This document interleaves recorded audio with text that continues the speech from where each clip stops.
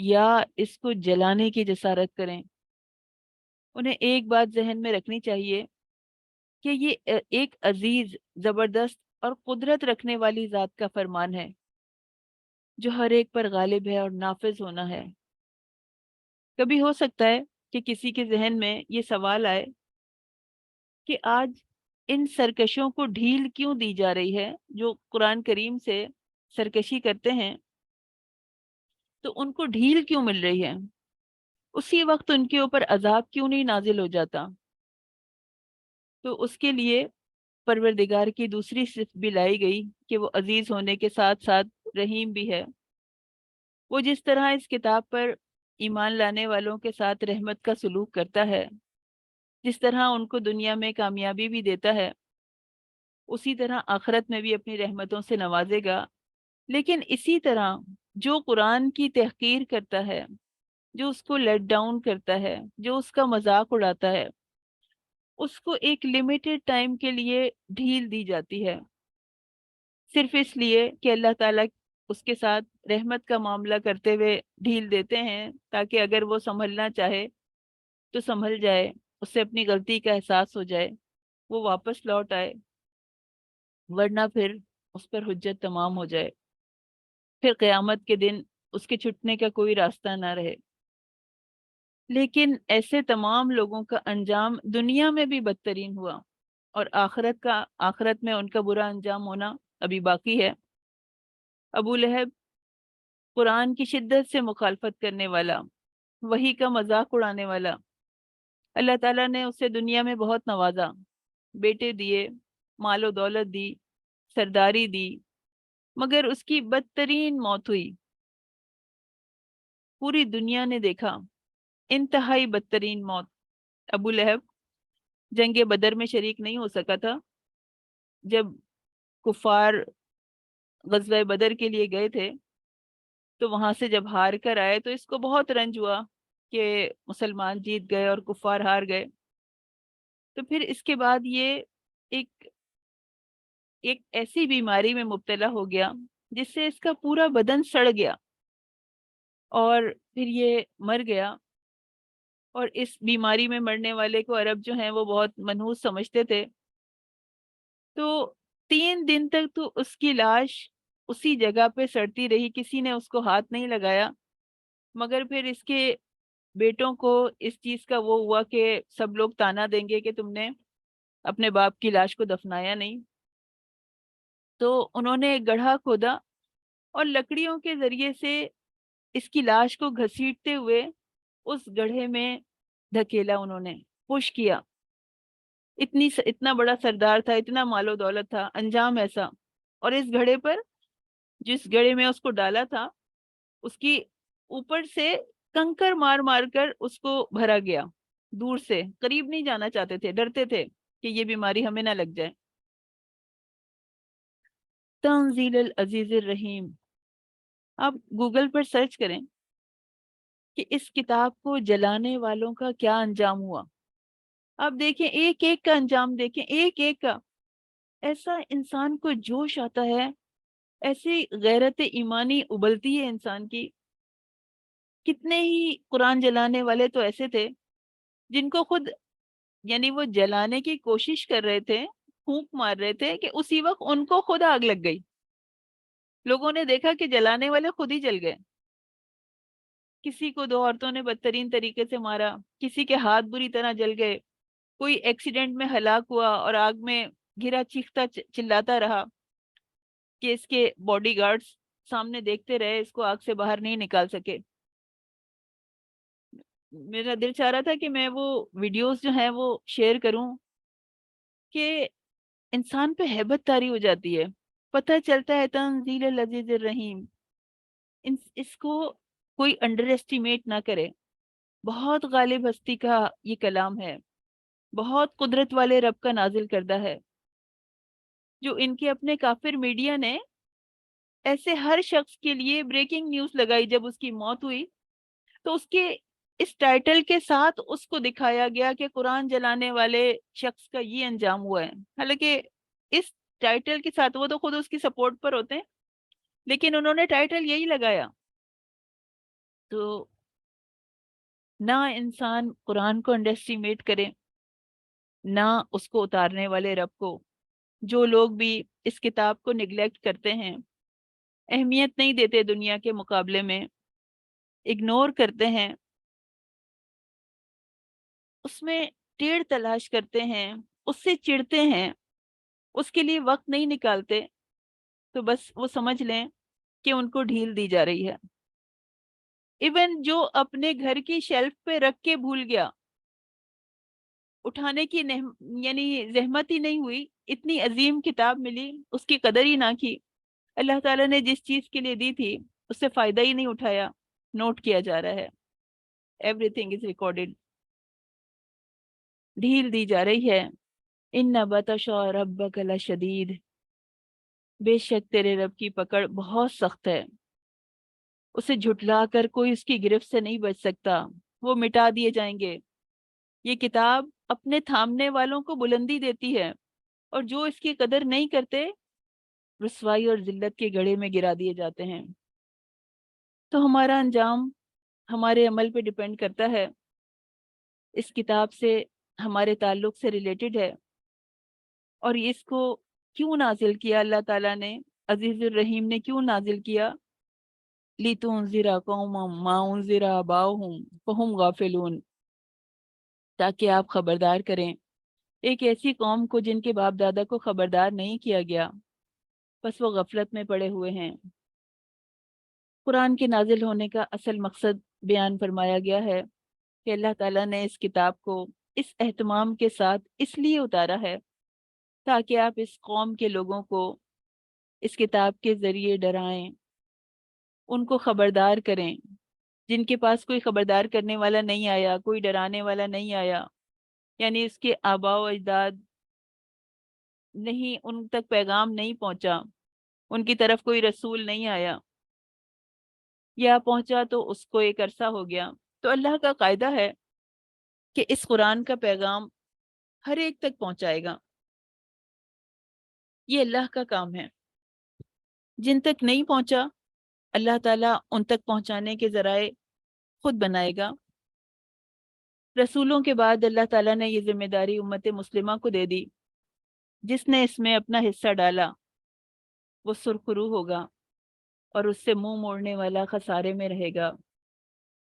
جو لوگ اس سے انکار کرتے ہیں ان کے بارے میں اللہ تعالیٰ فرماتے ہیں انا جعلنا فی اعناقہم اغلالا فہی الی الاذقان فہم مقمحون، بے شک ہم نے ان کی گردنوں میں کئی طوق ڈال رکھے ہیں، بس وہ ٹھوڑیوں تک، یعنی ان کی گردنیں اس میں پھنسی ہوئی ہیں، ان کے سر اوپر کو اٹھے ہوئے ہیں۔ اغلالن غلن کی جمع ہے، لوہے کا کڑا یا زنجیر جو مجرم کے گلے میں ڈال کر جس سے اسے باندھا جاتا ہے، اور بعض اوقات اس کے ساتھ اس کے ہاتھ بھی گردن کے ساتھ باندھ دیے جاتے ہیں۔ یہ صورت قید کی انتہائی سخت ترین صورت ہوتی ہے۔ اسقان زخن کی جمع ہے، تھوڑیاں مطلب ہے، تو اور یہ مقمحون جو ہے یہ مقمحون سے ہے، اس میں مفعول ہے، جس کا سر اوپر کی طرف اٹھا دیا گیا ہو اور وہ نیچے سر نہ جھکا سکتا ہو۔ تو اللہ نے انبیاء کو بھیجا، لوگوں کی ہدایت کے لیے قرآن اتارا، لیکن کچھ لوگ فیصلہ کر کے بیٹھے ہیں کہ انہیں مان کے نہیں دینا، نہ سننا ہے نہ ماننا ہے، تو ان کے جو کفر پہ وہ جو اصرار کر رہے ہیں، جو وہ اڑے ہوئے ہیں، جو وہ ضد پر آ گئے ہیں، ان کی اللہ تعالیٰ تصویر کشی کر رہا ہے کہ ہم نے ان انکار کرنے والوں کی گردنوں میں بھاری طوق ڈال دیے ہیں، جو ایک دوسرے کے اوپر اس طرح تہ بتہ ہیں کہ وہ یعنی گردن پوری فل ہو گئی اور وہ ٹھوڑیوں تک پہنچ گئے، اپنے خالق کی بات سننے سے انکاری ہیں، کوئی رغبت نہیں ہوتی ان کو قرآن سننے کی طرف، قرآن کو نیوٹرلی بھی سمجھنے کی کوشش ہی نہیں کرتے، انکار اس لیے نہیں کیا کہ ان کو سمجھ نہیں آیا، آیات پر ریسرچ نہیں کرتے، غور و فکر کرنا ہی نہیں چاہتے، سوچ کر پہلے سے بیٹھے، پہلے سے ڈیسائیڈ ہے کہ انہیں کسی صورت میں بھی نہیں ماننا، کوئی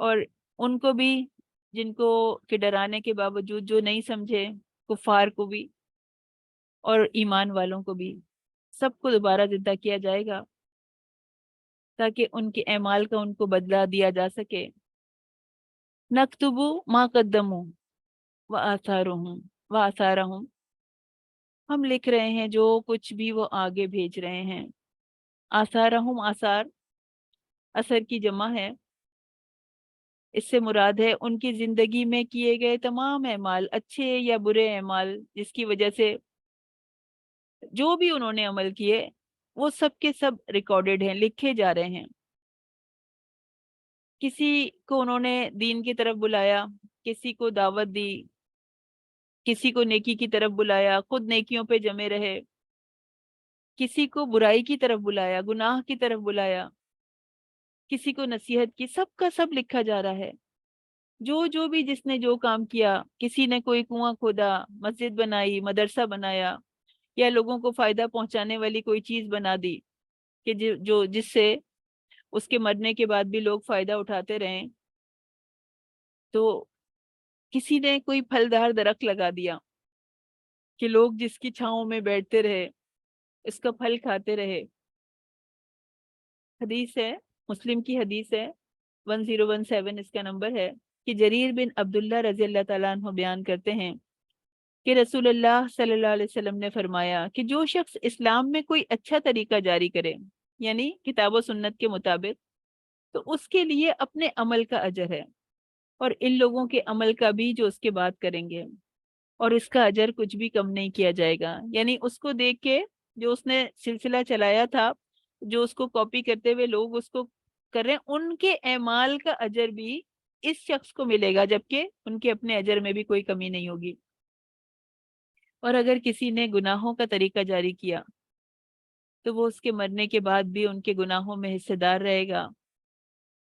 آثارہم، نیکی یا بدی کی طرف چل کر جانے والے قدموں کے نشان، یہ بھی آثار ہیں، اللہ ان کو بھی لکھ لیتے ہیں۔ جہاں نماز پڑھیں گے وہ جگہیں گواہی دیں گی، فنگر پرنٹس گواہی دیں گے، جہاں جہاں تسبیحات کرتے تھے وہ زمین گواہی دے گی، جہاں وہ قرآن سنتے تھے، جہاں قرآن سمجھنے کی کوشش کرتے تھے، اس سے ریلیٹڈ جتنی چیزیں ہیں وہ سب گواہی دیں گی۔ مسلم کی حدیث آتی ہے، 665 اس کا نمبر ہے، جابر بن عبداللہ رضی اللہ تعالیٰ عنہ بیان کرتے ہیں کہ مسجد نبوی کے ارد گرد کچھ جگہ خالی ہوئی تو بنی سلمہ نے ارادہ کیا کہ مسجد کے قریب شفٹ ہو جائیں، کیونکہ وہ دور رہتے تھے تو ان کو دور سے چل کے آنا پڑتا تھا۔ تو آپ نے کہا کہ اے بنو سلمہ، اپنے گھروں ہی میں رہو، تم جب وہاں سے آتے ہو تو تمہارے قدموں کے نشانات لکھے جاتے ہیں، اور ہر چیز لوح محفوظ میں لکھ دی گئی ہے۔ یعنی تمہاری نیکیوں میں اور اضافہ ہوتا جاتا ہے، تم جتنے ایفرٹ کرتے ہو نماز پڑھنے آنے کے لیے، اور ابھی بھی جو لوگ جاتے ہیں دور بھی ٹھہرتے ہیں، تو مسجد کی طرف جانے کے لیے جتنے قدم اٹھائے جاتے ہیں، جتنا پیسہ انہوں نے اس راہ میں خرچ کیا، جس جس جگہ سے چل کر گئے، تو ان کے اعمال میں اور اضافہ ہو رہا ہے۔ جو بھی انہوں نے تکلیف اٹھائی وہ سب کے سب جو ہے وہ ان کے لیے بدلے میں لکھی جائے گی۔ اور ہر قدم، چاہے وہ برائی کی طرف اٹھ رہا ہو یا اچھائی کی طرف، کتنے منٹ آپ نے سوشل میڈیا پہ خرچ کیے اور کون سے سیگمنٹ میں کتنے کیے، بالکل ایکوریٹ حساب تیار کیا جا رہا ہے۔ وما تقدموا لانفسکم من خیر تجدوہ عند اللہ، جو کچھ بھی آگے بھیجا وہ اللہ تعالیٰ اس کو جمع کر کے رکھ لیں گے۔ تم اس کو جب اللہ کے پاس جاؤ گے تو اس کو پاؤ گے، تو ایک ایک چیز اللہ تعالیٰ دکھائے گا۔ اللہ تعالیٰ نے نوٹ کی ہوئی ہے، اس قرآن کو کتنی مرتبہ کھولا، کہاں کہاں بیٹھ کر پڑھا، جب پڑھ رہے تھے آیات کو تب ذہن میں کیا خیال آیا، کتنے ارادے باندھے، نیکی کی کتنی نیت کی، کتنی تسبیحات پڑھی، کب کب جو اللہ کا جو حکم سامنے آیا اس کو اگنور کر دیا، کب کب اس پہ عمل کیا، کتنے سجدے کیے، اسٹیمپ کیے جا رہے ہیں۔ جس زمین پہ ہم سجدہ کرتے ہیں اس اس زمین پہ اسٹیمپ لگ رہی ہے۔ کتنی نمازیں پڑھی اور پھر کیسی نمازیں پڑھی، روزہ رکھا تو کیسے روزہ کیسے گزرا، سوتے ہوئے گزرا یا نیکیوں میں گزرا، اور یا پھر موویز دیکھتے ہوئے گزرا یا موبائل کی ویڈیوز دیکھتے ہوئے گزرا، کس چیز میں، سٹوریز دیکھتے ہوئے، لوگوں کے سٹیٹس چیک کرتے ہوئے گزرا، راتیں کیسی گزری، لیلۃ القدر کیسی گزری، ایک ایک چیز گواہی دے گی۔ تو یہ زمین سجدوں کی بھی گواہی دے گی اور گناہوں کی بھی گواہی دے گی۔ تھوڑے دن کی دنیا ہے، یہاں کوئی نہیں رہ سکا، کچھ وقت کے بعد ہمیں جانا ہے اپنے اصل گھر، اور وہاں اس گھر کو سجانے کے لیے یہاں پر ہمیں محنت کرنی ہے۔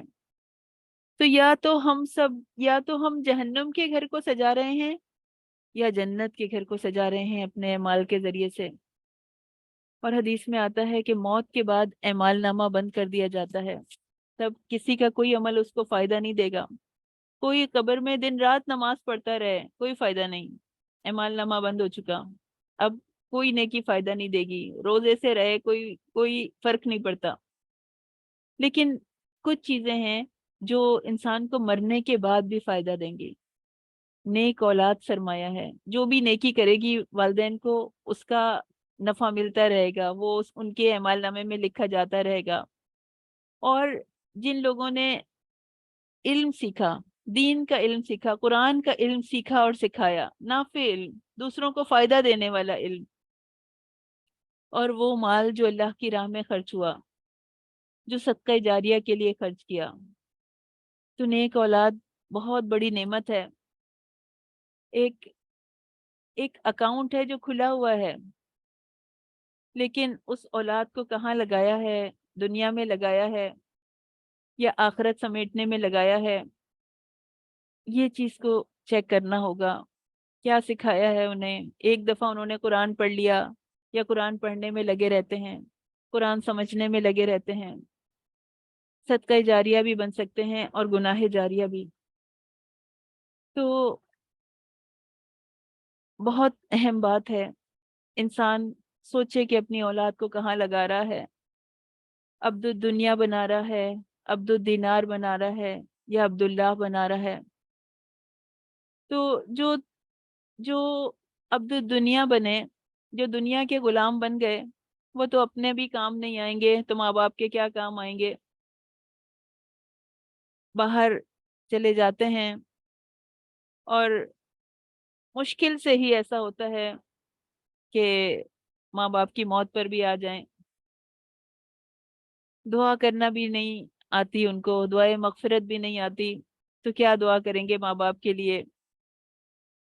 بیٹا جنازہ نہیں پڑھا سکتا، بیٹیاں غسل نہیں دے سکتی ہیں، تو کیا فائدہ دیں گی مرنے کے بعد؟ انسان کے لیے نیک اولاد صدقہ جاریہ بنتی ہے۔ اولاد کو ہم نیکی کرنا سکھا دیں تو وہ ہمارے لیے صدقہ جاریہ بنے گی۔ نمازیں سکھائیں، ان کی نمازوں کا خیال رکھیں کہ وہ نمازیں ضائع نہ کریں، ان کو کلمات سکھائیں، وہ جب بھی نماز پڑھنے لگیں نیک کلمات سکھائیں، ان کو اللہ کے احکام بتائیں، بتاتے رہیں بتاتے رہیں بتاتے رہیں، ایک وقت آئے گا کہ انہیں سمجھ میں آئے گا۔ اللہ سے دعا کرتے رہیں کہ ان کے دل میں اتر جائے۔ تو انسان کو جب بھی کوئی نیکی کرتا ہے تو اس کو خاص یہ دعا مانگنے کی بھی ضرورت نہیں ہے کہ اس کا ثواب میرے ماں باپ کو پہنچے، کیونکہ آٹومیٹکلی ثواب ماں باپ کو جا رہا ہے، اور کوئی دعا بھی کرتا ہے تو اچھی بات ہے۔ تو ہم اپنے ماں باپ کے لیے آثار ہیں اور ہماری اولاد ہمارے لیے آثار ہے، تو ہمیں چیک کرنا ہے کیسے آثار ہم اس دنیا میں بنا رہے ہیں۔ وَكُلَّ شَيْءٍ أَحْصَيْنَاهُ فِي إِمَامٍ مُبِينٍ، امام مبین سے مراد لوح محفوظ ہے، جس میں اللہ تعالیٰ نے ہر ہونے والے کام کو پہلے ہی سے درج کر دیا ہے۔ ہر شخص کا اعمال نامہ، جس میں اس کا چھوٹا ہو عمل ہو یا بڑا عمل ہو، سب پورے آرگنائز وے میں اس کے اندر درج ہے۔ پھر ایک قصہ آ رہا ہے، وَاضْرِبْ لَهُم مَثَلًا أَصْحَابُ الْقَرْيَةِ، انہیں اس بستی کے لوگوں کا حال سنائیے جن کی طرف ہمارے بھیجے ہوئے رسول آئے تھے، تو انہوں نے بھی اپنے رسولوں کو اس طرح جھٹلایا، اپنے پہلے والوں کی طرح جھٹلایا، تو ان کا انجام کیا ہوا۔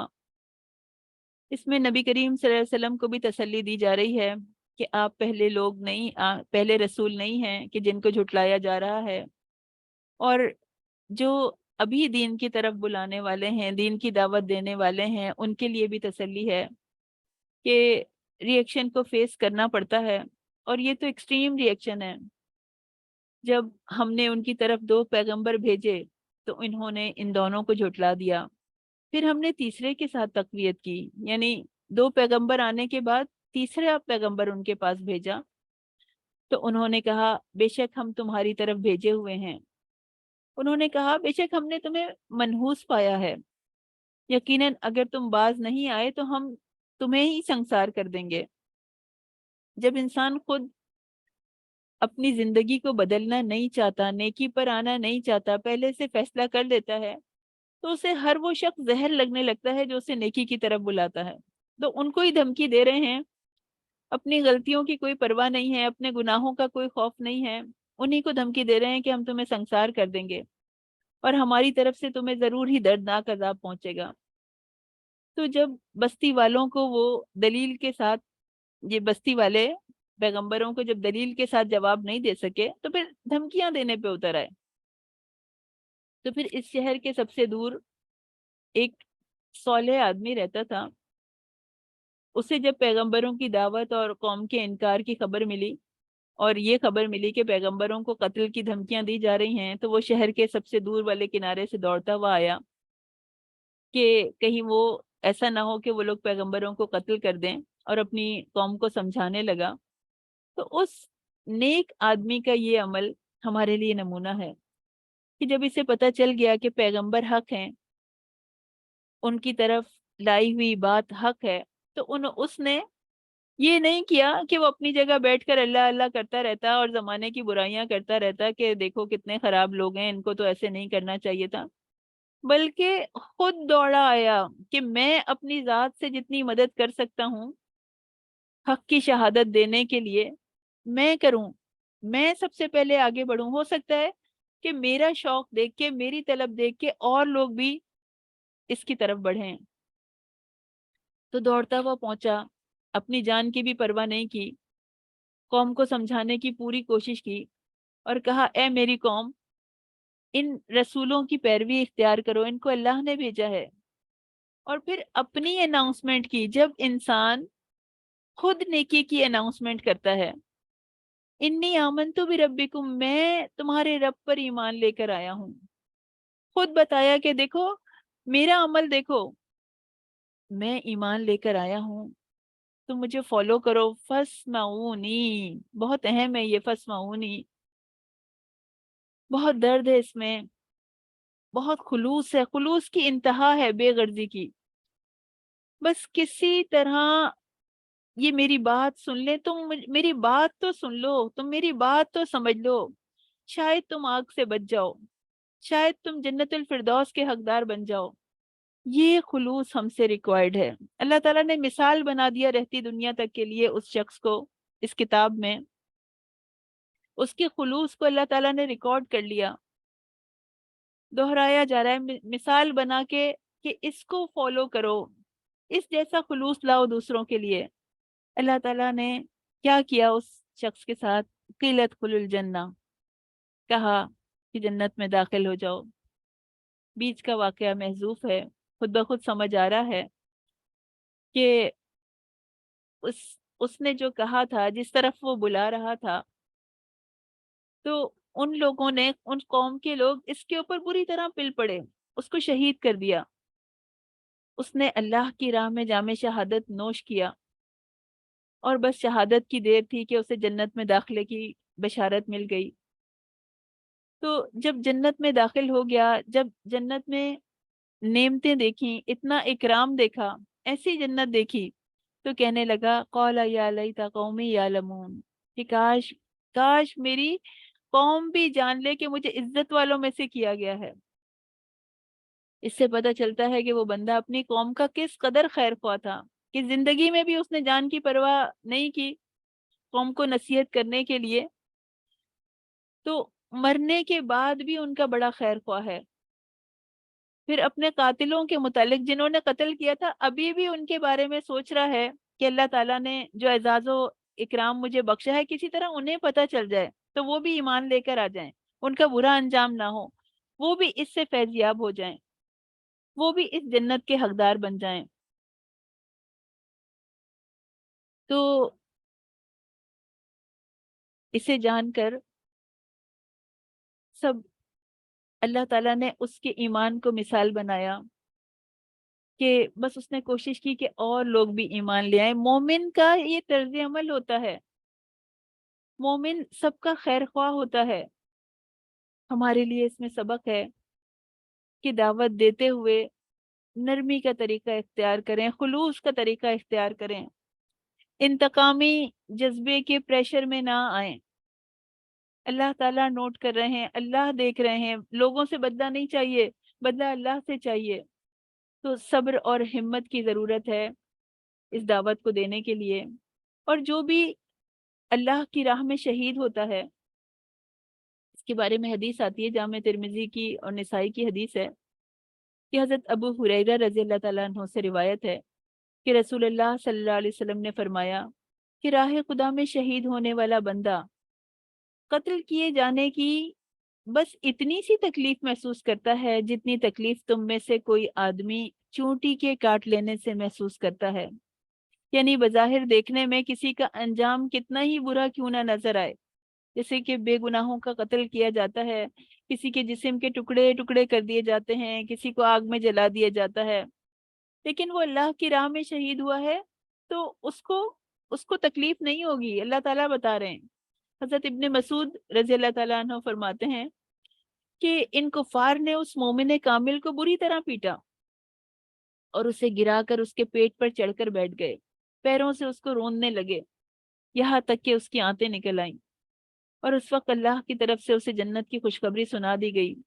اللہ نے اسے دنیا کے رنج و غم سے آزاد کر دیا اور امن و چین کے ساتھ وہ جنت میں پہنچا۔ اپنے ثواب اور اجر کو اور عزت اور اکرام کو دیکھ کر اس کے منہ سے نکلا، کاش میری یہ قوم جان لیتی کہ مجھے رب نے بخش دیا اور میرے اوپر بہت بڑا کرم کیا ہے۔ تو یہی خلوص، یہ محبت، دوسروں کی یہ خیر خواہی ہمیں بھی اللہ تعالیٰ ہمارے اندر بھی پیدا کر دے، ہمارے ضبط کو بڑھا دے، ہمارے حلم کو بڑھا دے، ہماری برداشت کو بڑھا دے، کہ لوگوں کو قرآن سے جوڑنے والے بن جائیں، لوگوں کو اللہ کی طرف بلائیں، لوگوں کو نیکی کی طرف بلائیں، بے لوث ہو کے۔ پھر اللہ تعالیٰ کی کچھ نشانیوں کی بات ہو رہی ہے۔ وَآيَةٌ لَهُمُ الْأَرْضُ، اللہ تعالیٰ اپنی نشانیاں دکھا رہے ہیں جن کو کہ دیکھ کر انسان کا ایمان تازہ ہوتا ہے اور اللہ کی معرفت حاصل ہوتی ہے۔ بے جان زمین کو اللہ نے مثال بنایا، زمین بے جان ہوتی ہے اور اس سے زندگی ملتی ہے، اناج اگاتی ہے، پھل پھول اگاتی ہے، اس کی نشانی ہے دن رات کا آنا جانا، سورج اور چاند وہ سب اپنے رب کی اطاعت کر رہے ہیں۔ اللہ کی نشانیاں کشتیاں ہیں جس پر ہم سوار ہوتے ہیں۔ تو اللہ تعالیٰ اپنی نشانیوں کا انٹروڈکشن دے رہا ہے، قیامت اور اللہ تعالیٰ کی قدرت کے دلائل دیے جا رہے ہیں کہ قیامت آنے والی ہے، یوم آخر قریب ہے، اس کی تیاری کر لو۔ تو اس کی دلیل مردہ زمین سے بیان فرمائی، یہ مکانی دلیل ہے، اور زمانی دلیل کیا تھی قیامت کے لیے کہ قیامت آنے والی ہے، اور اس بات کی بھی کہ اللہ تعالیٰ جو چاہے وہ کر سکتا ہے، کہ اللہ تعالیٰ فرما رہے ہیں اپنی عظمت کے اظہار کے لیے اللہ تعالیٰ جمع متکلم کے صیغے کو لے کر آتے ہیں۔ نسلک منہ النہار، ہم اس رات سے دن کو کھینچ اتارتے ہیں، تو اچانک وہ اندھیرے میں رہ جانے والے ہوتے ہیں، یعنی وہ جو اندھیرے کے بعد روشنی اور روشنی کے بعد اندھیرا لانے والا ہے، اس کے لیے تمہیں موت کے بعد زندہ کرنا کیا مشکل ہے؟ سورج روزانہ غروب ہوتا ہے، اس کے بعد طلوع ہوتا ہے، تو موت کے بعد زندگی کی دلیل ہے۔ اور اس آیت کا ایک معنی اور بھی ہے، اور یہ دونوں معنی ایٹ اے ٹائم مراد ہو سکتے ہیں۔ یہ قرآن کا اعجاز ہے کہ ایک معنی یہ کہ سورج اس اپنی اس جگہ سے چل رہا ہے جو اللہ تعالیٰ نے اس کے لیے مقرر فرمائی ہے، اور وہ عرش کے نیچے ہے۔ حدیث میں ہے کہ آپ نے حضرت ابو ذر رضی اللہ تعالیٰ آپ صلی اللہ علیہ وسلم سے ابو ذر رضی اللہ تعالیٰ عنہ نے اس آیت کا مطلب پوچھا، تو آپ نے فرمایا کہ سورج کی قرارگاہ عرش کے نیچے ہے۔ مسند احمد میں ہے کہ حدیث میں یہ بھی آتا ہے کہ اللہ تعالیٰ سے وہ روزانہ اجازت طلب کرتا ہے واپس لوٹنے کی، اسے اجازت دے دی جاتی ہے، یعنی گویا اسے کہا جاتا ہے کہ جہاں سے آیا تھا وہیں پلٹ جا، تو وہ اپنے طلوع ہونے کی جگہ سے نکلتا ہے، یہی اس کا مستقر ہے۔ اور پھر آپ نے اس آیت کو پڑھا، اور دوسرا معنی یہ ہے کہ سورج اپنی اسی جگہ یا وقت کی طرف چلا جا رہا ہے جو اس کے ٹھہرنے کے لیے اللہ تعالیٰ نے مقرر کی ہے، جہاں پہنچنے کے بعد اسے آگے چلنے کے بجائے واپس چلنے کا حکم دیا جائے گا، یعنی ایک وقت ایسا آئے گا کہ سورج مشرق کے بجائے مغرب سے طلوع ہوگا۔ تو جب اس کو اللہ تعالیٰ یہ حکم دیں گے، قیامت سے پہلے ایسا ہوگا، اور جب مغرب سے سورج طلوع ہوگا تو پھر کسی کی توبہ قبول نہیں کی جائے گی۔ جب قیامت کی نشانیاں نظر آ گئیں تو توبہ کے دروازے بند ہو گئے۔ اور چاند نے والقمر قدرناہ منازلہ، ہم نے اس کی منزلیں مقرر کی ہیں یہاں تک کہ وہ دوبارہ پرانی کھجور کی ٹیڑھی شاخ کی مانند ہو جاتا ہے۔ یہ تیسری دلیل ہے۔ سورج کی طرح چاند ہمیشہ ایک شکل کا نہیں رہتا بلکہ گھٹتا بڑھتا رہتا ہے۔ اللہ تعالیٰ نے اس کی 28 منزلیں مقرر فرمائی ہیں جن میں وہ نظر آتا ہے، پھر ایک دن یا 2 دن وہ غائب رہ کے دوبارہ طلوع ہو جاتا ہے۔ پہلی رات میں وہ پتلی سی لکیر کی طرح ہوتا ہے جس کی روشنی بھی مدھم ہوتی ہے، پھر وہ آہستہ آہستہ بڑھتا چلا جاتا ہے، رات کو پورا روشن ہو جاتا ہے 14ویں کی جو رات آتی ہے اس میں، پھر گھٹتا ہوا 28ویں رات تک دوبارہ اسی حالت میں پلٹتا ہے۔ تو اللہ تعالیٰ نے دن اور رات کا حساب بنایا، ایسا مقرر کردہ اندازہ ہے اس کا، بالکل ایکوریٹ، لاکھوں سال ہو چکے ہیں، مگر چاند کا گھٹنا بڑھنا اور سورج کا طلوع اور غروب ہونا جاری ہے۔ اتنے زبردست غلبے والے اور کامل علم والی ذات کی طرف سے ہے، تو پھر کیا وہ انسان کو زندہ نہیں کر سکتا جب وہ اتنے بڑے بڑے سسٹمز چلا رہا ہے؟ الیوم نختم علی افواہہم، وہ دن ہوگا، قیامت کی بات کی جا رہی ہے کہ ہم ان کے منہ کے اوپر مہر لگا دیں گے، وَتُكَلِّمُنَا أَيْدِيهِمْ، اور ان کے ہاتھ ہم سے باتیں کریں گے، وَتَشْهَدُ أَرْجُلُهُمْ، اور ان کے پاؤں گواہی دیں گے، بِمَا كَانُوا يَكْسِبُونَ، کہ وہ کیا کرتے تھے۔ تو یہ جسم انسان کے خلاف گواہی دینے والا ہے، جس جسم کو آرام پہنچانے کے لیے، جس کو ہر تکلیف سے بچانے کے لیے ہم دنیا میں مستقل لگے رہتے ہیں، جس کو کیٹر کرتے رہتے ہیں، یہی جسم انسان کے خلاف گواہی دے گا، اس کے گناہوں کی گواہی دے گا۔ تو ہم اپنے اس جسم کو مسلمان کر لیں۔ کیا کیا کس نے کیا کیا، سب چیز لکھی جا رہی ہے۔ یہ ہاتھ، ہمارا تھم، ہمارے موبائل پہ ہم کیا دیکھ رہے ہیں، کیا ٹیکسٹ کر رہے ہیں، کیا میسیجنگ کر رہے ہیں، ہم کیا چیٹنگ کر رہے ہیں، کمپیوٹر پہ کیا سرفنگ کر رہے ہیں، تو سب کا سب لکھا جا رہا ہے۔ کس کس ویب پہ گئے، آپ تو لیپ ٹاپ سے ہی جب دیکھتے ہیں تو آپ کو اس کا ریکارڈ مل جائے گا، ہسٹری سے آپ پوری چیزیں دیکھ لیں گے کہ کون کون سی ویب سائٹ کھولی تھی۔ تو یہ تو ہمارے پاس دنیا میں بھی ڈیجیٹل فارم میں موجود ہے، ہماری ساری ایکٹیویٹیز، وہ ہمارے نظریات کا پتہ لگا لیتے ہیں، وہ یہ دیکھتے ہیں کون کون سی چیزیں ان کی انٹرسٹ کی ہیں، اور پھر وہی ایڈ ہمارے سامنے پیش کیے جاتے ہیں۔ جس چیز میں انٹرسٹ ہوتا ہے، جس چیز کے لیے سرفنگ کی جا رہی ہوتی ہے، پھر اسی سے ریلیٹڈ چیزیں آپ کے سامنے آتی ہیں، خاص مارکیٹنگ کے ذریعے سے، مارکیٹنگ ٹیکنیک کے ذریعے سے۔ تو وہ میڈیا والے ہمیں جانتے ہیں، وہ جنہوں نے اس سب کو کنٹرول کر کے رکھا ہوا ہے اس سسٹم کو، وہ جانتے ہیں، تو وہ تو رب ہے، وہ تو سب کا خالق ہے، ہر چیز اس کے پاس لکھی ہوئی ہے۔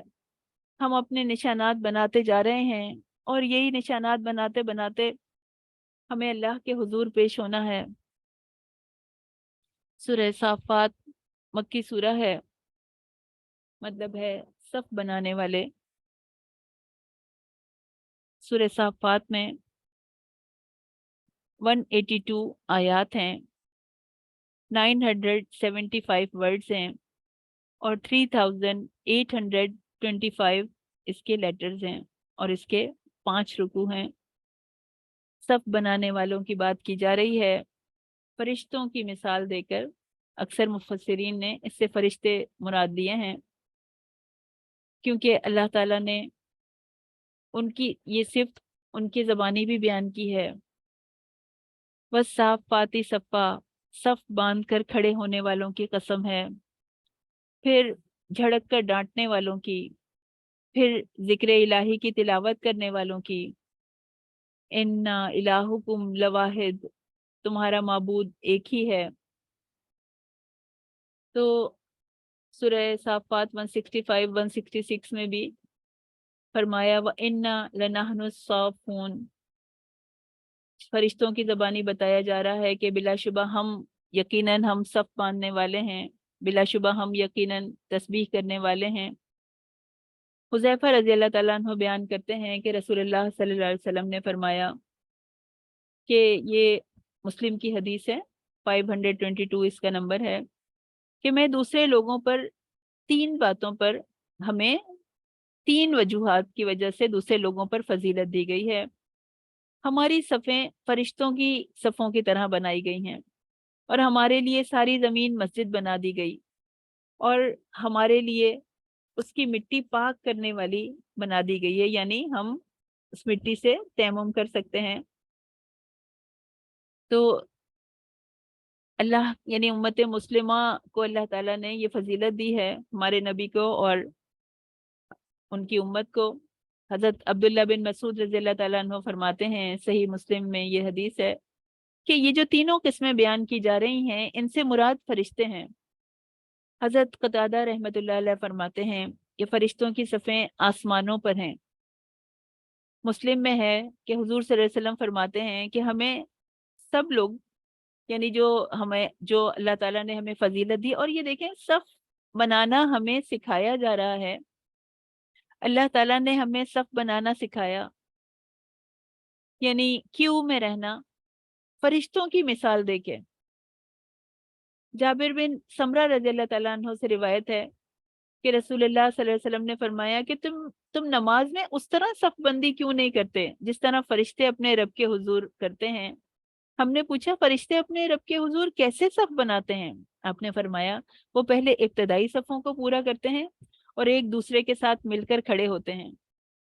وہ ایسا نہیں ہوتا کہ وہ تراویح کے لیے اے سی اور پنکھوں کو دیکھ دیکھ کے اس کے نیچے کھڑے ہو جائیں اور صف کی پرواہ نہ کریں اور کہیں کہ نہیں آگے تو گرمی ہے، ہم آگے کی صف کو پورا کیے بغیر بس ہم ادھر ہی کھڑے رہتے ہیں۔ یا پھر یہ کہ جو اتنا سارا سامان ساتھ لائے ہیں، وہ بوٹل ہے، جانماز ہے، موبائل ہے، اور جو اس کے ساتھ اور باقیات ہیں وہ ہیں، اب وہ چیزیں تو ساری ادھر جانماز پہ سجا دی ہیں، تو اب آگے جائیں گے تو اتنا سارا سامان اٹھا کے کیسے جائیں؟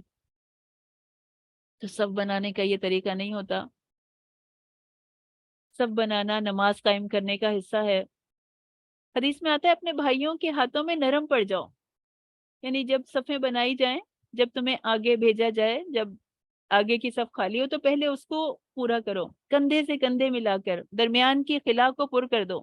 ہمارے ہاں یہ سمجھا جاتا ہے، مسجدوں میں عموماً ایسا ہوتا ہے کہ جہاں نمازیں بنی ہوئی ہوتی ہیں چوڑی چوڑی، تو شاید اس طرح سے لوگ اس کو سمجھتے ہیں کہ یہ جو ایک جا نماز ہے، یہ اس پہ یہ اب میں یہاں پہ کھڑی ہوئی ہوں تو یہ میری ہے، تو اب میرے کوئی قریب نہ آئے، مجھ سے کوئی ٹچ ہو کے نہ کھڑا ہو، کسی کے کپڑے یا دوپٹہ اڑ کے میرے اوپر نہیں آئے۔ میں خواتین کی بات کر رہی ہوں کہ جب تراویح کے لیے وہ نماز پڑھنے کے لیے جاتی ہیں تو کبھی بہت افسوس ہوتا ہے دیکھ کے کہ یہ کس طرح نماز پڑھی جا رہی ہے، یہ اللہ کا بتایا ہوا طریقہ تو نہیں ہے، ہم اس کو بہت لائٹلی لیتے ہیں۔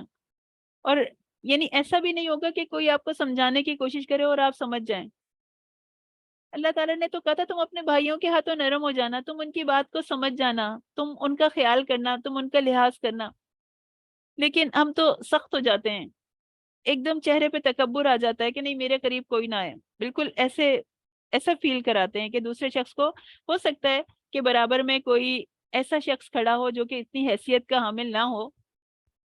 تو تکبر انسان کو یہ چاہتا ہے کہ نہیں مجھے تو لوگوں کے پسینے کی کسی کی اسمیل نہ آئے. یہ صحیح بات ہے کہ اپنا خود خیال رکھنا چاہیے اپنی ہائیجین کا، لیکن ایک ہی صف میں محمود و ایاز کھڑے نہیں ہوتے، بادشاہ اور غلام ساتھ کھڑے نہیں ہوتے.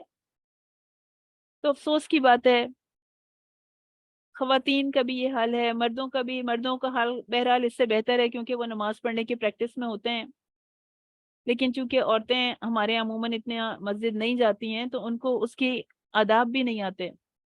اور پھر افسوس کی بات ہے کہ فرشتوں سے صف بنانا ہم نے نہیں سیکھا، ہمیں ہمارے رب نے سکھایا تھا، اس قرآن کے ذریعے سے ہمیں تعلیم دی تھی کیوں بنانے کی. آپ غیر مسلموں کے کنٹریز میں جائیے تو آپ دیکھیں گے کہ جہاں پہ 3 لوگ جمع ہوئے، بفے ہو رہا ہے، کھانا نکالنا ہے، اور جو ہے وہ آپ جب 3 لوگ جمع ہوتے ہیں تو فوراً کیوں بن جاتی ہے. کسی بھی جگہ پہ وہ کھڑے ہوں تو فوراً لائن بنا لیں گے. لیکن ہم نے تو وہ بھیڑ چال سیکھی ہے، ہم کسی چیز کے لیے لائن نہیں بنا سکتے. ہم لائن بنانے کو اپنی کمزوری سمجھتے ہیں، بے وقوفی سمجھتے ہیں کہ کون پاگل لائن لگائے گا. بس ایک وہ تیرتے ہوئے جاؤ، سب میں گھستے ہوئے جاؤ اور اپنا کام کر کے آ جاؤ اگر کوئی ضرورت پڑتی ہے ایسی. تو یہ طریقہ ہمیں نہیں بتایا. پھر سورہ صافات میں کچھ چیزوں کا تذکرہ کیا گیا، جہنمیوں کا باہم لان تان کا تذکرہ آیا، جنتیوں کا خوشگوار مکالمہ آیا، انبیاء کرام کے قصے ہمیں سورہ صافات میں بتائے گئے. حضرت نوح علیہ السلام کا قصہ آیا، حضرت ابراہیم علیہ السلام نے جو دعوت توحید دی تھی، اپنے بیٹے کو ذبح کیا تھا، یعنی جو حکم کی جیسے انہوں نے تعمیل کی تھی. حضرت موسیٰ علیہ السلام اور حضرت ہارون علیہ السلام کا قصہ آیا. حضرت الیاس علیہ السلام کا قصہ آیا کہ انہیں ایک ایسی قوم کی طرف نبی بنا کے بھیجا گیا تھا جو بال نامی بت کی پوجا کرتی تھی. حضرت لوط کا ذکر آیا، اور حضرت یونس علیہ السلام کے مچھلی کے پیٹ میں ہونے کا قصہ بھی اس سورہ میں آیا. تو حضرت ابراہیم علیہ السلام کا قصہ ہم دیکھتے ہیں، وَإِنَّ مِن شِيَّتِهِ لِإِبْرَاهِيمَ. جب ان سے پہلے نوح علیہ السلام کا قصہ تھا، جب ابراہیم علیہ السلام نوح علیہ السلام کی طرح شرک سے، شک سے، منافقت سے پاک دل لے کر آئے، حسد سے پاک، بغض سے پاک، سرکشی سے پاک، ہر روگ سے پاک دل لے کر آئے، نہایت خالص اور عاجزی کے ساتھ انہوں نے اپنے رب سے رجوع کیا. قرآن کی اصطلاح میں قلب سلیم کیا ہوتا ہے؟ پرانی لغت میں قلب جو ہے وہ ایک جسم کا لوتھڑا نہیں ہے، بلکہ احساسات کا، جذبات کا، تمناؤں کا، آرزوؤں کا، انسان کی توجہ کا مرکز ہے. اور قلب سلیم وہ ہے جو نرم ہوتے ہیں، سورہ زمر میں جس کا تذکرہ آیا. یا پھر وہ قلب سلیم نہیں ہوتے جو سخت ہو کے پتھر ہو جاتے ہیں. دلوں کے بارے میں آیا کہ یہ اندھے ہو جاتے ہیں، سورہ حج میں تذکرہ آیا کہ حق کو پہچاننے سے انکار کر دیتے ہیں. اور سورہ بقرہ میں آیا آیت 102 میں کہ تمام امراض کی جڑ قلوب میں ہوتی ہے. سورہ مائدہ میں آیا کہ قلوب ایمان کا مسکن ہوتے ہیں. اور سورہ توبہ میں آیا آیت 77 میں کہ یہ دل جو ہے یہ نفاق کا مرکز بھی ہوتے ہیں. یعنی سورہ رعد میں بھی اس کا تذکرہ ہے کہ یہ جو دل ہیں یہ ہر اچھی اور بری بات کا مرکز ہوتے ہیں، اور آزمائشوں کے مقابلے میں طاقت دیتے ہیں. سورہ تغابن میں ذکر آ رہا ہے، سورہ حدید میں آیا کہ یہ رحم ہوتا ہے ان دلوں کے اندر، محبت ہوتی ہے. سورہ انفال میں آیا، سورہ حجرات میں تقوی کی بات کی گئی، سورہ توبہ میں شک، ہچکچاہٹ کی، پچھتاووں کی سورہ آل عمران میں. تو مختلف کیفیات کا مرقع ہے، کمبینیشن ہے دل میں. اور جس کیفیت کو، جس صفت کو کیٹر کریں گے تو وہ صفت آ جائے گی۔ ہم دل کے معاملات کے لیے جواب دہ ہوں گے۔ جو اللہ کے حضور قلب سلیم لے کر آئے گا وہ نجات کا مستحق قرار پائے گا۔ تو اس دل سے کینہ کو نکالنا ہے ہم نے، بغض کو نکالنا ہے ہم نے، بدگمانیوں کو نکالنا ہے ہم نے، تجسس کو نکالنا ہے ہم نے۔ جب ہم حضرت ابراہیم علیہ السلام کی طرح اپنے رب کے حضور قلب سلیم لے کے پہنچیں گے۔ عرابی کہتے ہیں کہ میں نے محمد بن مسلم سے پوچھا کہ قلب سلیم سے کیا مراد ہے؟ تو انہوں نے کہا کہ جو اللہ کی مخلوق کے معاملے میں اللہ کی خیر خواہی کرنے والا ہو، یعنی جو بندوں کے لیے خیر خواہ ہو، جس دل میں بندوں کی محبت ہو، جس دل میں بندوں کا خلوص ہو۔ اور جریر بن عبداللہ کہتے ہیں کہ میں نے نبی صلی اللہ علیہ وسلم سے ہر مسلمان کے ساتھ خیر خواہی کرنے کی بیعت کی۔ خیر خواہ ہونا ہے ان کا، خلوص کے ساتھ، جو اپنے لیے چاہو وہ ان کے لیے چاہو، ان کو اچھا مشورہ دو، ان کو بھٹکاؤ نہیں۔ تو حضرت ابراہیم علیہ السلام کا تذکرہ آیا، انہوں نے بہت انٹلیکچوئل وے میں اللہ تعالیٰ کی پہچان کرائی۔ پھر ان کو آگ میں پھینک دینے کا واقعہ آیا کہ انہوں نے جو ان کے باپ کے ساتھ آرگیومنٹ تھا آزر کے ساتھ، اور پھر اللہ تعالیٰ نے ان کو حضرت اسماعیل علیہ السلام کی خوشخبری سنائی، ان کی دعا قبول کر لی۔ حضرت ابراہیم علیہ السلام کو بہت بڑی عمر میں، جب روایات میں آتا ہے کہ وہ 100 ایئرس کے تھے، تو تب ان کو ایک لڑکے کی بشارت ملی، حلم والے لڑکے کی بشارت ملی۔ حلم میں صبر بھی آ گیا، حسن خلق، حوصلہ، درگزر کرنے والے، تو سب چیز اس میں آ گئی۔ یہ بیٹے اسماعیل علیہ السلام تھے۔ ابراہیم علیہ السلام نے ابراہیم علیہ السلام کو بیٹے اس عمر میں دیے گئے کہ جب ان کو دعا مانگتے ہوئے بہت سال ہو چکے ہوں گے، اور پھر انہیں حکم دیا گیا کہ ان کو اور ان کی والدہ کو مکہ میں چھوڑ کر آ جائیں۔ تو اللہ تعالیٰ نے وہاں پہ آب زمزم مہیا کیا، وہاں پہ قبائل کو لے کر آیا۔ پھر حضرت ابراہیم علیہ السلام وقتاً فوقتاً ان کی خبر گیری کے لیے، ان کی والدہ کی خبر گیری کے لیے آتے رہتے تھے۔ اور جب بیٹا ان کے ساتھ دوڑ دھوپ کی عمر کو پہنچ گیا تو اللہ تعالیٰ کی طرف سے ایک نیا امتحان آیا کہ ان کو خواب میں دکھایا گیا کہ وہ اپنے عزیز بیٹے کو ذبح کر رہے ہیں۔ نبی کا خواب بھی وہی ہوتا ہے۔ انہوں نے بیٹے سے رائے پوچھی، اور رائے پوچھنے کا یہ مطلب نہ تھا کہ اگر وہ نہیں مانتا تو وہ اللہ کے حکم پر عمل نہیں کرتے، بلکہ وہ اپنے ساتھ بیٹے کو بھی اللہ کے حکم میں، اطاعت میں شریک کرنا چاہتے تھے۔ وہ یہ جانتے تھے کہ جیسی انہوں نے تربیت کی ہے تو وہ ضرور اللہ کے حکم کی تعمیل کے لیے ایگری کرے گا۔ تو یہ واقعہ ہم سب جانتے ہیں۔ انہوں نے، حضرت اسماعیل علیہ السلام نے کہا ستجدونی انشاءاللہ من الصابرین، کہ آپ یقیناً مجھے صبر کرنے والوں میں سے پائیں گے۔ تو حضرت ابراہیم علیہ السلام کی زندگی کیسے گزری، کس کام میں گزری؟ سب انہوں نے ہجرت کی، اپنا گھر بار چھوڑا، لڑتے رہے اللہ کے نام کو بلند کرنے کے لیے، اللہ کے کلمے کو بلند کرنے کے لیے۔ ساری زندگی جوانی سے لے کے بڑھاپے تک، اور تو جوانی سے ہی دعا کر رہے ہوں گے نا اولاد کے لیے، صالح اولاد کے لیے۔ تو اللہ نے بڑھاپے میں بیٹا دیا، بیٹا اتنا بڑا ہو گیا تو پھر اس کی قربانی مانگ لی۔ حضرت ابراہیم علیہ السلام نے ہمیشہ اللہ کے ہر حکم پہ سر جھکا دیا۔ اس قال لہ ربہ اسلم قال اسلمت لرب العالمین، جب ان کے رب نے کہا کہ سر جھکاؤ، ہم سے بھی یہی ریکوائرڈ ہے۔ قرآن میں جہاں جہاں جو حکم آئے ہمیں بھی انہی کی پیروی کرتے ہوئے کہنا ہے قال اسلمت لرب العالمین، میں ایمان لاتی ہوں، میں پیروی کروں گی، میں فرما برداری کروں گی رب العالمین کی۔ جو حکم آئے گا میرے اوپر انشاءاللہ بھاری نہیں ہوگا، اور اللہ مجھے اس چیز کی توفیق دے دے، مجھے ہمت دے دے، میری مدد کرے۔ تو جب اللہ کا حکم سامنے آیا تو حضرت ابراہیم کا طریقہ تھا فوری اطاعت، اور جب یہ حکم آیا بیٹے کو ذبح کرنے کا تو آسمان اور زمین حیران رہ گئے۔ یہ وہ جو شعر تھا نا کہ یہ فیضان نظر تھا یا کہ مکتب کی کرامت تھی، سکھائے کس نے اسماعیل کو آداب فرزندی۔ کیسے اتنے فرما بردار ہو گئے، کیسے اتنے اطاعت گزار ہو گئے۔ پھر آسمان نے یہ منظر دیکھا کہ ایک بوڑھا باپ اپنے رب کی محبت میں اپنے لختے جگر کی گردن پہ چھری پھیر رہا ہے، سب سے قیمتی چیز قربان کر رہا ہے۔ بنی اسرائیل کو بھی تو اللہ تعالیٰ نے بیٹے کو قربان کرنے کا حکم نہیں دیا تھا، گائے کو ذبح کرنے کا حکم دیا تھا۔ تو اتنی کٹ حجتیاں کی، اتنے سوال کیے، پتہ یہ چلا کہ اگر رب کی محبت ہو تو بڑے سے بڑا حکم بھی مشکل نہیں لگتا۔ رب سے تعلق اگر مضبوط ہے انسان کا تو کوئی حکم مشکل نہیں لگے گا۔ اور جو حکم کتاب میں صاف صاف درج ہو، انسان فوراً کہتا ہے سمعنا و اطعنا۔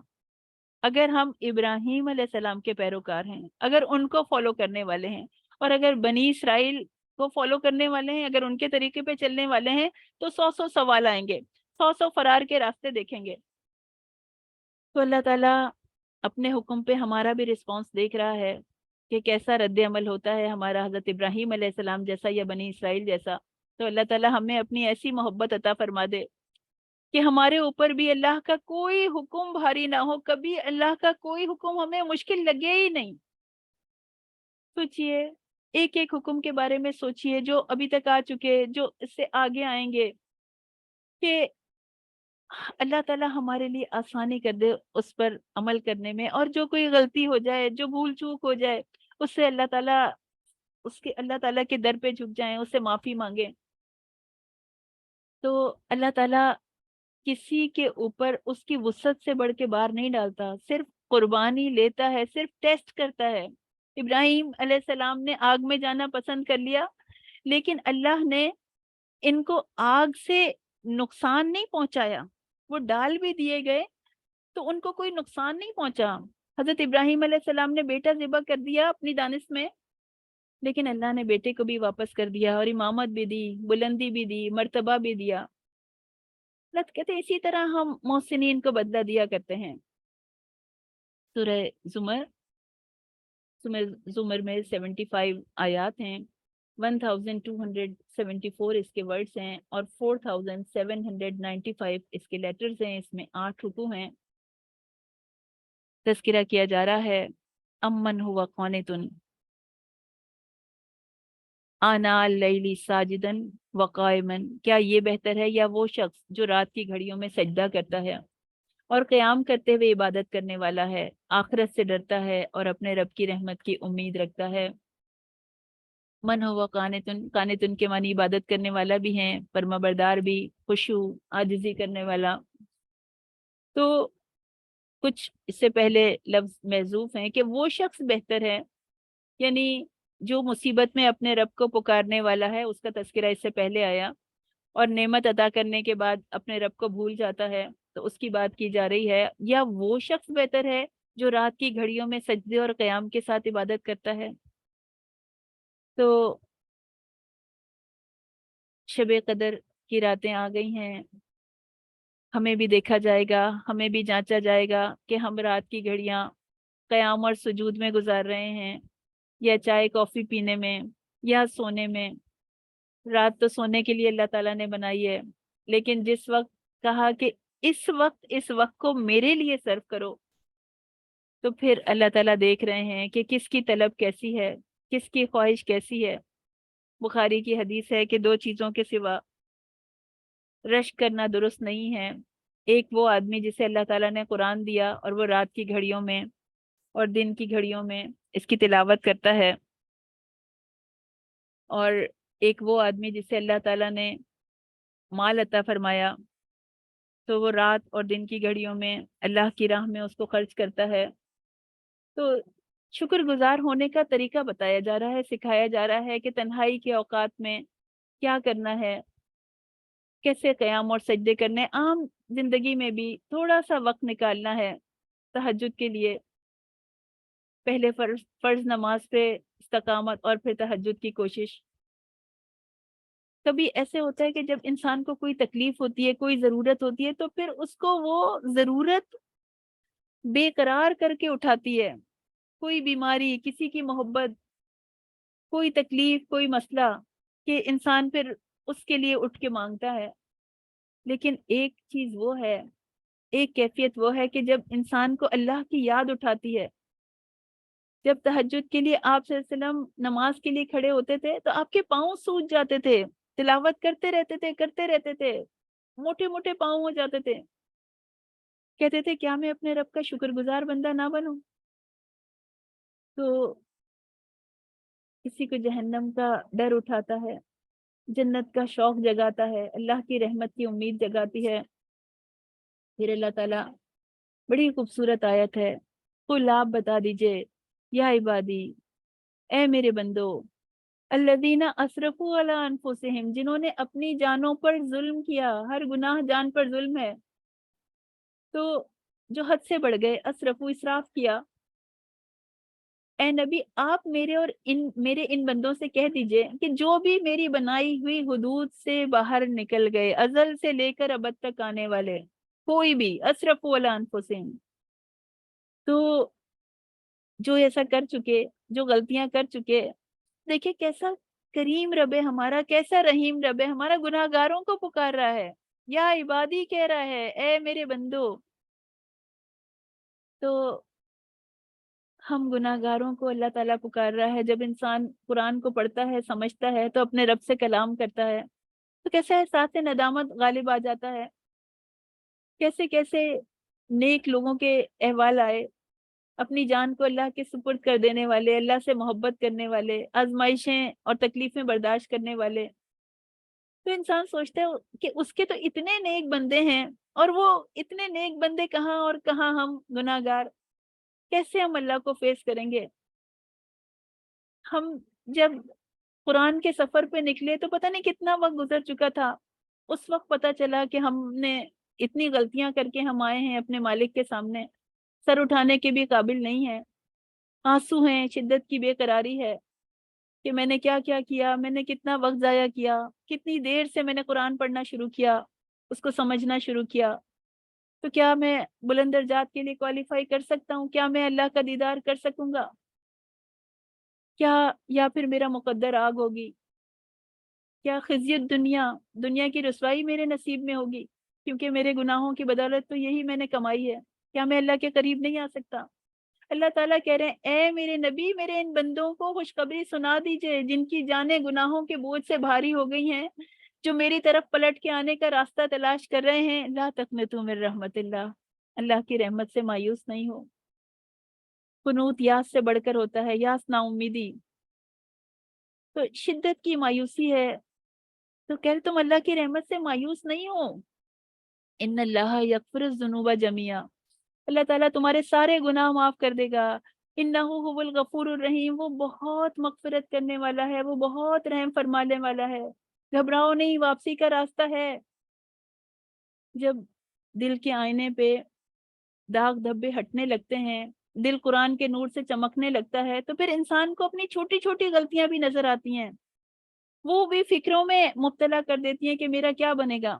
انسان کثرت سے استغفار کرے. نماز میں اس آیت کو نبی کریم صلی اللہ علیہ وسلم دوہرا دوہرا کے پڑھتے تھے، زاروں قطار روتے تھے. اللہ تعالیٰ کہہ رہے ہیں وَأُنِيبُوا إِلَىٰ رَبِّكُمْ وَأَسْلِمُوا لَهُ، لوٹ آؤ، اپنے رب کی طرف پلٹ آؤ اور اس کی متی بن جاؤ، اس کے فرما بردار بن جاؤ. مجھ سے کہا جا رہا ہے، آپ سے کہا جا رہا ہے، اللہ بلا رہا ہے، ہمارا رب ہم کو بلا رہا ہے. آ جاؤ اس سے پہلے کہ تم پہ وہ عذاب آ جائے اور پھر تمہاری کچھ نہ سنی جائے. اور وَاتَّبِعُوا أَحْسَنَ مَا أُنزِلَ إِلَيْكُمْ، اس سب سے اچھی بات کی پیروی کرو. قرآن اور حدیث کی بات کی جا رہی ہے، اللہ کی نازل کردہ قرآن اور حدیث کی پیروی کرو، جو کہ ساری کی ساری احسن ہے، ہر کلام سے اچھی ہے. تو جو پلٹ کر آئے گا اسے دعوت دی جا رہی ہے کہ اللہ تعالیٰ تمہیں اپنی طرف بلا رہا ہے، اللہ تعالیٰ معاف کر دے گا مگر تم قرآن کی پیروی کرو. سورہ مومن، اس میں 118 ورسز ہیں، 1162 اس کے ورڈز ہیں اور 4401 اس کے لیٹرز ہیں، 6 رکوع ہیں. الذین یحملون العرش، وہ فرشتے جو عرش کو اٹھائے ہوئے ہیں، ومن حولہ، اور جو اس کے ارد گرد ہیں، یسبحون بحمد ربہم، وہ اللہ کی ہم تسبیح کے ساتھ کرتے ہیں. اور اس پر ایمان رکھتے ہیں اور ان لوگوں کے لیے بخشش کی دعا کرتے ہیں جو ایمان لائے۔ کہتے ہیں اے ہمارے رب، تو نے ہر چیز کو رحمت اور علم سے گھیر رکھا ہے، تو تو ان لوگوں کو بخش دے جنہوں نے توبہ کی اور تیرے راستے پر چلے اور انہیں بھڑکتی ہوئی آگ سے بچا لے۔ عرش اللہ تعالیٰ کی مخلوقات میں سب سے بڑی مخلوق ہے، کیونکہ وہ زمینوں اور آسمان کے اوپر ہے اور اس کے اوپر اللہ تعالیٰ کی ذات ہے۔ تو پھر عرش اٹھانے والے فرشتوں کی عظمت کا کیا حال ہوگا؟ وہ مومنوں کے لیے استغفار کرنے والے ہیں۔